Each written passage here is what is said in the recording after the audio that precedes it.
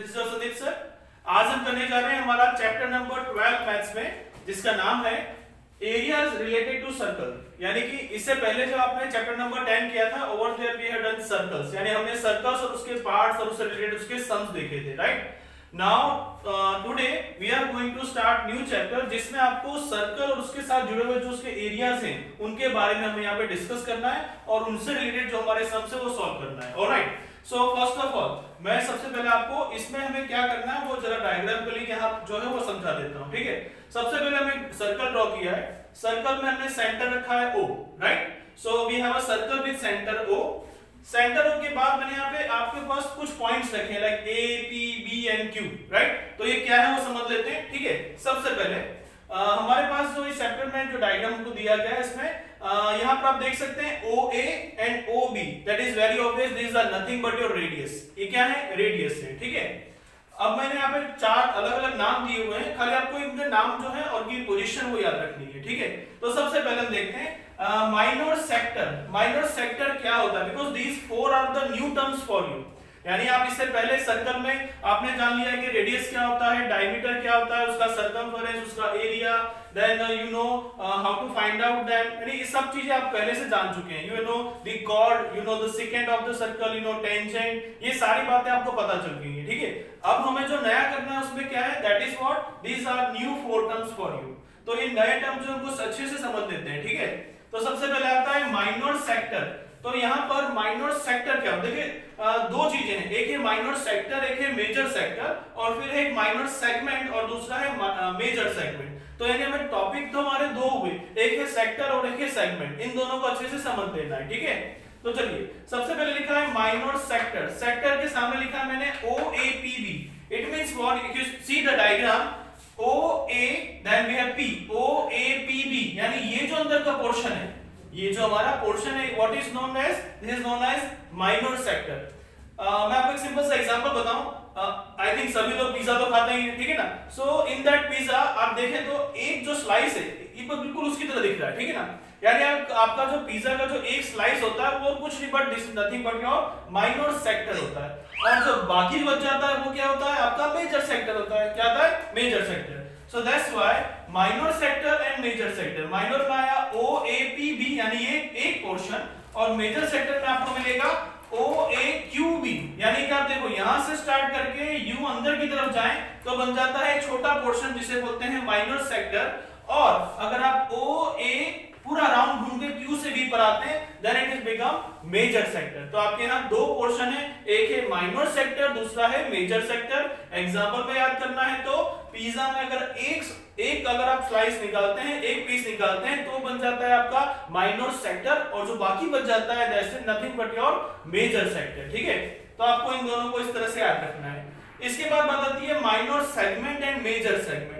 तो इसमें ध्यान से देखिए, मैंने यहाँ पे इसको येलो पेन से इंडिकेट किया हुआ है, शेडेड किया हुआ है। माइनर सेगमेंट इज APB, यानी कि आप ये APB जिसे आप आर्क की तरह भी देख सकते हैं, it is nothing but your arc. तो ये माइनर सेगमेंट है, इसको हम बोलते हैं APB। तो ये बस इतना ही पोर्शन है, बस इतना छोटा सा पोर्शन, राइट। और जो बाकी बच जाता है that means from A then whole Q then B, that means whatever ये ब्लू के बाद जितना भी रिमेनिंग पोर्शन है ये सारा का सारा और कुछ नहीं बट मेजर सेगमेंट है। क्या है? मेजर सेगमेंट, ठीक है ना। तो इस तरह से आप इन दोनों को अच्छे से समझ जाइए कि आपको किस तरह से minor sector, major and major sector and major sector and minor segment, ये चार चीजें हैं आपके पास, minor major for this sector and segment. ये चारों को अच्छे से समझ लेना है, बिकॉज एग्जाम में आपको जो सम्स दी जाएंगे वहां पे आपको नाम होंगे, तो आपको अच्छे से बताना चाहिए कि माइनर सेक्टर क्या होता है, मेजर सेक्टर क्या होता है, राइट। तो ये सब चीजें जानना बहुत जरूरी है। ओके, तो ये डायग्राम जो है वो यहाँ पे हमारा स्टॉप करते हैं। अब हम आते हैं हमारे फॉर्मूलाज पे। तो फॉर्मूलाज को मैंने अच्छे से आपको एक पूरा फॉर्मूला लिस्ट बना दिया है, जिसमें आपको इस चैप्टर में जितने भी फॉर्मूलाज रिक्वायर्ड हैं सारे के सारे आपको एक ही जगह मिल जाएंगे। Alright, so let me start with the first. सबसे पहले आता है हमारा सरकमफेरेंस। वी नो दैट के सर्कल में कोई साइड नहीं होती है, इसलिए उसके के जो पेरीमीटर है उस पेरीमीटर को क्या बोलते हैं? हम सरकमफेरेंस बोलते हैं, ठीक है ना। दैट्स व्हाई मैंने इसको ब्रैकेट में लिखा है पेरीमीटर, मतलब सर्कल का एक्चुअली वो पेरीमीटर है पर हम उसे पेरीमीटर नहीं बोल सकते because it doesn't have sides, that's why the name is circumference. So circumference of circle is equal to 2 pi r, and as we know कि जो रेडियस डबल होते हैं यानी दो रेडियस मिलके क्या बनाते हैं, एक डायमीटर बनाते हैं। That's why we have a formula that d is equal to 2r। तो अगर आप इसे रिप्लेस करना चाहें तो 2πr की जगह πd भी लिख सकते हैं, ठीक है। These both the formulas are nothing but for circumference of a circle, ठीक है। तो पहला फॉर्मूला हमारा circumference of circle equal to 2πr और πd। नेक्स्ट आगे आता है हमारा area of circle. Area of circle का फॉर्मूला आता है पाई आर स्क्वायर, जहां पर r रेडियस है और पाई हमें पता है एक वैल्यू है जिसका नॉर्मली आंसर होता है 22/7 या फिर अगर डेसिमल में बोले तो 3.14। ये अप्रॉक्स वैल्यू है जो सजेस्टेड की गई हमें लेने के लिए, ठीक है। ऑलराइट, नाउ नेक्स्ट आगे बढ़ते हैं। Next is area of a semi circle. देखिए जहां भी सर्कल है अगर आप सर्कल को हाफ कर देंगे तो बन जाता है उसका सेमी सर्कल। तो यानी जो फॉर्मूला हमारा एरिया ऑफ सर्कल का है बस उसी को क्या करना है, हाफ करना है। तो हमने ऊपर लिखा था कि area of circle equal to pi r square, so the second one is area of a semi circle is 1/2 pi r square. Okay, next आगे बात करते हैं perimeter of a semi circle. अब देखिए जब सर्कल था तो सर्कल का पूरा हमने सर्कमफरेंस निकाला था। अब यहाँ पे हम बात कर रहे हैं semi perimeter, sorry we are talking about perimeter of a semi circle. तो जो सर्कल है उसको हाफ कर दें तो देखिए वो कुछ इस तरह से दिखेगा, that means it will be like that, right. तो यहाँ पर सेंटर है, सेंटर से ये भी रेडियस और यहाँ से जो हम पूरा घूम के आएंगे इट इज नथिंग बट पाई। यानी अगर पूरा का पूरा 2πr होता है तो हाफ कितना होगा, पाई। और इसमें कितने रेडियस हैं, दो रेडियस हैं। तो दो रेडियस और एक पाई मिलके क्या बनेगा, तो आपका फॉर्मूला देखिए क्या आता है, perimeter of a semi circle is equal to pi r plus 2r।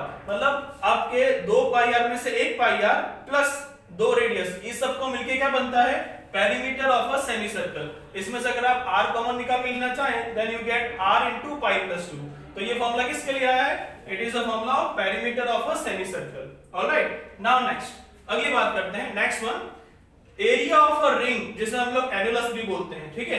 ये आपको किस तरह से, देखिए मैं आपको शॉर्ट में बता दूं। जब हमारे पास दो सर्कल होते हैं और उन्हें बोला जाता है कॉन्सेंट्रिक सर्कल। कॉन्सेंट्रिक सर्कल का मतलब क्या होता है, same centre but with different radius.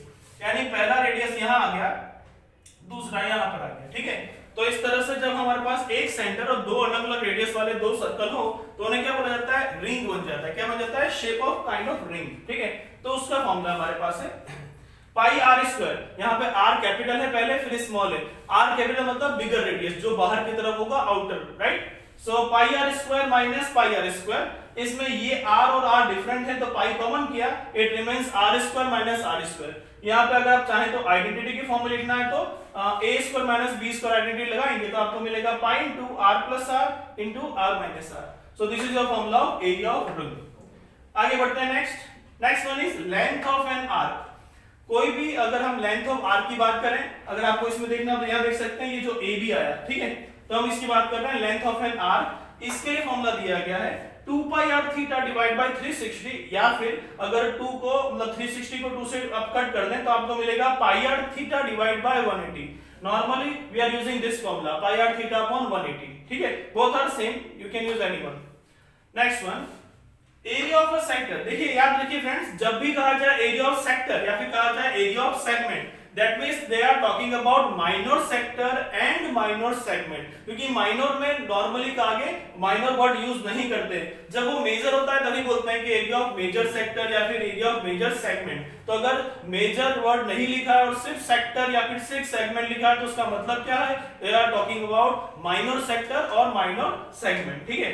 तो एरिया ऑफ सेक्टर का फॉर्मूला आता है pi r square theta divide by 360, और अगर आप इसे चाहें तो इस फॉर्म में भी लिख सकते हैं। ये एक पर्टिकुलर केस है जहां पर अगर आपको इतनी वैल्यूज ना दी हो, means you are getting r but you don't have the theta, और उस वक्त आपको लेंथ ऑफ आर्क दिया हो L, in that time you can apply this formula for finding the area of square. तो ये क्या हो गए, दो फॉर्मूला आ गए। पहला एरिया ऑफ सेक्टर का when you are having r and theta, जब आपके पास रेडियस और थीटा होता है then you will apply this one. But if you are having radius and length of arc, then you will apply this to get the answer of area of a sector, ठीक है।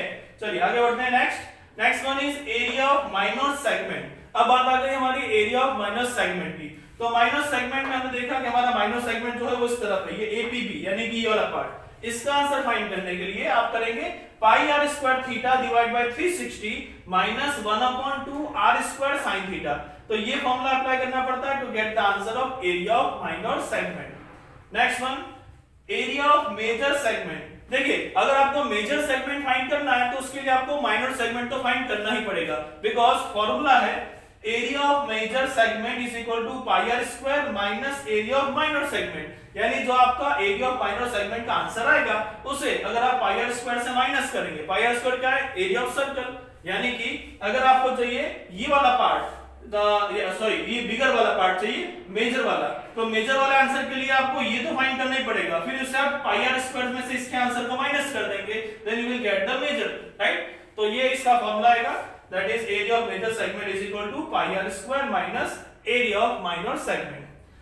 इसके अलावा देखते हैं एक और formula, that is your perimeter of a sector. मतलब हमारा जो सेक्टर होता है यानी कि माइनर सेक्टर, उसका भी अगर आपको पेरीमीटर फाइंड करना है तो आप कैसे फाइंड करेंगे, तो उसका आंसर है पहला तो है पाई आर थीटा अपॉन 180। ध्यान से देखिए ये फॉर्मूला हमारा ये रहा, यानी कि लेंथ ऑफ आर्क का है।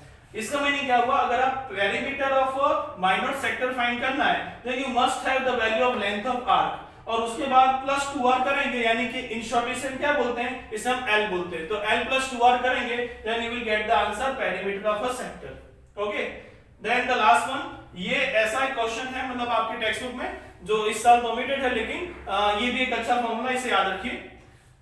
Number of revolutions in 1 minute, मतलब जो एक व्हील रिवॉल्यूट करता है तो वो नंबर ऑफ रिवॉल्यूशन जो है that is in 1 minute is nothing but distance moved in 1 minute divide by the circumference. क्योंकि देखिए व्हील है तो सर्कल शेप है तो उसका सर्कमफरेंस भी होगा, तो अगर distance moved in 1 minute divide by circumference करेंगे तो आपको किसका आंसर मिलेगा, नंबर ऑफ रिवॉल्यूशन, यानी 1 मिनट में पूरा व्हील कितने बार रिवॉल्यूट करता है उसका आंसर मिलेगा। ऑलराइट, तो देखिए हमारे जितने भी इस चैप्टर में यानी कि चैप्टर नंबर 12 में आपके पास जो फॉर्मूलाज थे, जितने भी रिक्वायर्ड थे, वो सारे के सारे फॉर्मूला यहाँ पे आपको लिस्ट में दिए हुए हैं, and definitely what are the this 4 terms ये भी यहाँ पर एक्सप्लेन किया हुआ है। ऑलराइट, तो आज हमारे इस लेक्चर में हम इससे जस्ट थियोरेटिकल लेक्चर की फॉर्म में लेंगे कि आपके इस चैप्टर में जो भी थियोरेटिकल पार्ट था वो हमने यहाँ डिस्कस कर लिया है, ठीक है। अगले लेक्चर में आप सीधे इसकी एक्सरसाइज यानी कि 12.16 लेक्चर्स आएंगे, ठीक है। So please right it down. Okay, thank you very much.